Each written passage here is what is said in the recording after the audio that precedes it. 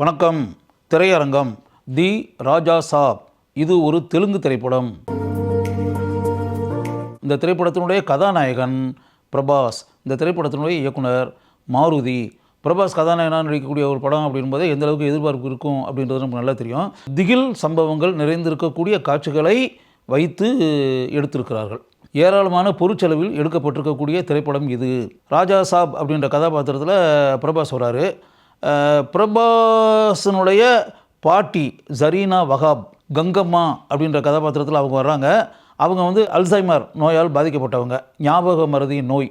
இதுக்கு முன்னாடி நடைபெற்ற பல சம்பவங்கள் அவங்களுக்கு ஞாபகத்திலேயே இருக்காது.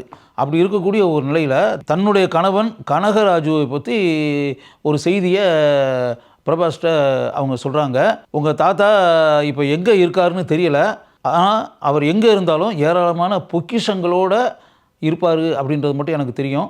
அவர் எங்கே இருக்காருன்றதை நீ கண்டுபிடிக்கணும் அப்படின்னு சொல்லிட்டு ஜரீனா வகாப் சொன்ன பிறகு வீட்டை விட்டு கிளம்பி ஹைதராபாத்துக்கு வர்றாரு பிரபாஸ். அங்கு மிக பிரம்மாண்டமாக இருக்கக்கூடிய, அரண்மனைக்கு நிகராக இருக்கக்கூடிய ஒரு பங்களா பார்க்குறாரு.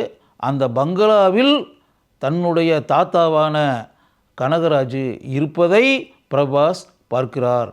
அவருடைய வாழ்க்கைக்கு பின்னால் ஏராளமான மர்மங்கள் நிறைந்த சம்பவங்கள் இருக்கின்றன. அந்த கதாபாத்திரத்தில் நடித்திருப்பவர் சஞ்சய் தத். அந்த இடத்துக்கு போன பிறகு பல திடுக்கிடும் சம்பவங்கள் நடைபெறுகின்றன. திடுக்கிடக்கூடிய அந்த சம்பவங்களால் எந்த அளவிற்கு பிரபாஸும் மற்றவர்களும் பாதிக்கப்படுகிறார்கள் என்பதை நமக்கு முன்னால் காட்சிகளாக காட்டியிருக்கிறார்கள். ஆரம்பத்திலேயே அந்த இடத்திற்கு பிரபாஸுடன் வரக்கூடிய பெஸ்ஸி என்ற கதாபாத்திரத்தில் நிதி அகர்வால் நடித்திருக்கிறார். பிரபாஸ், நிதி அகர்வால் இருவரும் இந்த திரைப்படத்தில் மிகவும் சுவாரஸ்யமான பல காட்சிகளில் படம் பார்ப்போரை ரசிக்க வைக்கிறார்கள். இதுக்கிடையில் அந்த கனகராஜனுடைய சகோதரர் அப்படின்னு சொல்லிட்டு கங்காராஜு அப்படின்னு ஒரு கதாபாத்திரத்தை காமிக்கிறாங்க. அந்த கதாபாத்திரத்தில் நடித்திருப்பவர் சமுத்திரக்கனி. அந்த சமுத்திரக்கனிக்கு ஒரு மக இருக்கா. அந்த கதாபாத்திரத்தில் நடித்திருப்பவர் மாளவிகா மோகனன். பைரவி அப்படின்றது அந்த கதாபாத்திரத்தினுடைய பேர். மாளவிகா மோகனன் நடித்திருக்கக்கூடிய முதல் தெலுங்கு திரைப்படம் இதுதான். அந்த கதாபாத்திரமும் பிரபாஸ் இருக்கக்கூடிய இந்த இடத்துக்கு வந்துடுது. வந்த பிறகு இப்போ 2 கதாநாயகிகள் இருக்காங்க இல்லையா, அந்த 2 கதாநாயகிகள் இங்கு இருக்க, பிரபாஸ் இங்கு இருக்க எந்த அளவிற்கு அதிர்ச்சியை ஊட்டக்கூடிய பல சம்பவங்கள் அந்த பிரம்மாண்டமான மாளிகையில் நடைபெறுகின்றன என்பதை நாம் பார்த்து அதிர்ச்சி அடைகிறோம். இந்த அளவிற்கு பயமுறுத்தக்கூடிய அந்த காட்சிகளை அங்கு உண்டாக்கக்கூடியவர் சஞ்சய் தத்.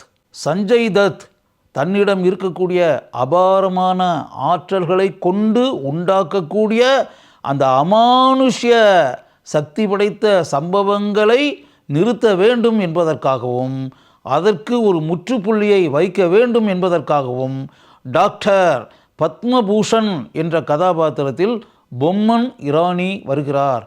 அந்த கதாபாத்திரத்திற்கு சிறிதும் எதிர்பாராத எத்தகைய விபரீத முடிவு உண்டாகிறது என்பதை பார்த்து நாம் அதிர்ச்சிக்கு ஆளாகிறோம். படத்தினுடைய 2வது பகுதியில் அனிதா என்ற இன்னொரு இளம்பெண் கதாபாத்திரம் படத்திற்குள் வருகிறது. அந்த கதாபாத்திரமும் பிரபாஸ் இருக்கக்கூடிய இடத்திற்கு வருகிறது. அந்த கதாபாத்திரத்தில் நடித்திருப்பவர் ரிதி குமார். படத்தில் அவர் பிரபாஸின் முறை பெண்ணாக வருகிறார். திடுக்கிடும் பயமுறுத்தக்கூடிய சம்பவங்கள் நிறைந்திருக்கக்கூடிய இந்த திரைப்படத்தில் இந்த 3 கதாநாயகிகளும் படம் முழுக்க இளமை தவழக்கூடிய காட்சிகளை படத்தை பார்த்து கொண்டிருப்பவர்களுக்கு விருந்தாக அளிக்கிறார்கள். படத்தினுடைய இறுதியில் என்ன நேர்கிறது, என்ன நோக்கத்திற்காக பிரபாஸ் வந்தாரோ அந்த நோக்கம் நிறைவேறியதா? அந்த திடுக்கிடும் சம்பவங்களை நிறைவேற்றிய சஞ்சய் தத்துக்கு எப்படிப்பட்ட இறுதி முடிவு உண்டாகிறது? அதற்கு பிறகு அந்த மாளிகையில் எப்படிப்பட்ட எதிர்பாராத சம்பவங்கள் நடைபெறுகின்றன?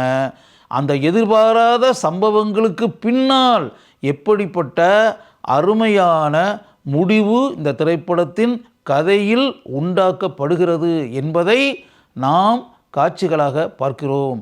படம் முழுக்க பிரபாஸுடன் வரக்கூடிய அந்த 3 இளம்பெண்களுக்கும் படத்தினுடைய பிற்பகுதியில் எப்படிப்பட்ட பங்களிப்பு படத்தின் திரைக்கதையில் கொடுக்கப்பட்டிருக்கிறது என்பதையும் படத்தை பார்க்கும்போது நாம் தெரிந்து கொள்ளலாம்.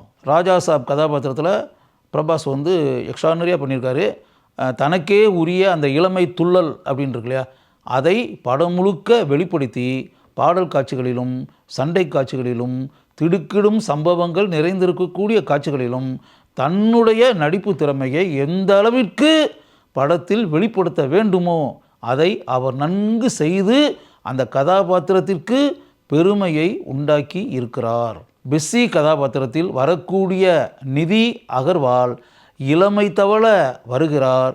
அந்த கதாபாத்திரத்தை நம் மனங்களில் ஆழமாக பதிய வைக்கிறார்.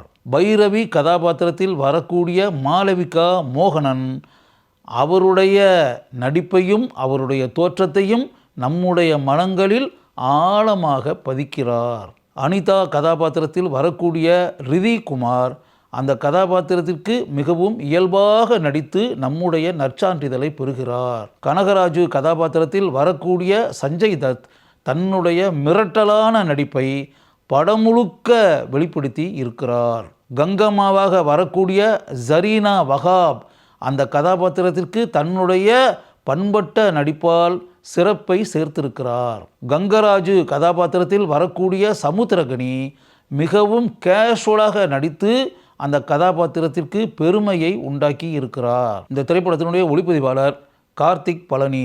ஏராளமான பொருட்செலவில் எடுக்கப்பட்டிருக்கக்கூடிய இந்த பிரம்மாண்டமான திரைப்படத்தில் ஒரு ஒளிப்பதிவாளருடைய பங்களிப்பு எந்த அளவுக்கு சிறப்பாக இருக்க வேண்டுமோ அதை இவர் நன்கு செய்திருக்கிறார். கோத்தகிரி வெங்கடேஸ்வர ராவ் இவர்தான் இந்த திரைப்படத்தினுடைய பட தொகுப்பாளர். இந்த திரைப்படத்தினுடைய நீளத்தை 15 நிமிடங்களாவது குறைத்திருந்தால் இன்னும் நன்றாக இருந்திருக்கும் என்பது பரவலான கருத்து. தமன் எஸ் இவர்தான் இந்த திரைப்படத்தினுடைய இசையமைப்பாளர். இவருடைய இசையமைப்பு படத்தில் பாராட்டப்படக்கூடிய அளவிற்கு இருக்கிறது. பாடல்களுக்கு அருமையாக மெட்டமைத்திருக்கிறார். பின்னணி இசையையும் பாராட்டக்கூடிய அளவிற்கு இவர் செய்திருக்கிறார். இந்த திரைப்படத்தினுடைய ஆர்ட் டைரக்டர் ராஜீவன். இவருடைய பங்களிப்பு படம் முழுக்க இருக்கிறது. யார் இந்த ஆர்ட் டைரக்டர் என்று கேட்கக்கூடிய அளவிற்கு இவர் தன்னுடைய திறமையை நன்கு இந்த திரைப்படத்தில் காட்டியிருக்கிறார். இந்த திரைப்படத்தை மாருதி இயக்கியிருக்கிறார். பிரபாஸ் கதாநாயகனாக நடித்திருக்கக்கூடிய திரைப்படம் அப்படின்னு வரும்போது மிகப்பெரிய எதிர்பார்ப்பு இருக்கும் இல்லையா, அந்த எதிர்பார்ப்பு இருக்கக்கூடிய அளவிற்கு இன்னும் ஒரு அருமையான கதையை இவர் எடுத்திருக்கலாம். இந்த திரைப்படத்தினுடைய கதை மக்கள் ரசிக்கக்கூடிய அளவிற்கு இல்லை. காதில் பூ சுற்றக்கூடிய ஒரு கதையை எடுத்து மாருதி ஏன் இந்த திரைப்படத்தை இயக்கினார் என்றுதான் படத்தை பார்க்கும்போது நமக்கு தோன்றுகிறது. த ராஜா சாப் என்ற பிரபாஸ் கதாநாயகனாக நடித்திருக்கக்கூடிய இந்த திரைப்படத்தை பார்க்க வேண்டும் என்று நினைக்கக்கூடியவர்கள் எந்த விதமான எதிர்பார்ப்பும் இல்லாமல் திரையரங்கிற்கு செல்லுங்கள்.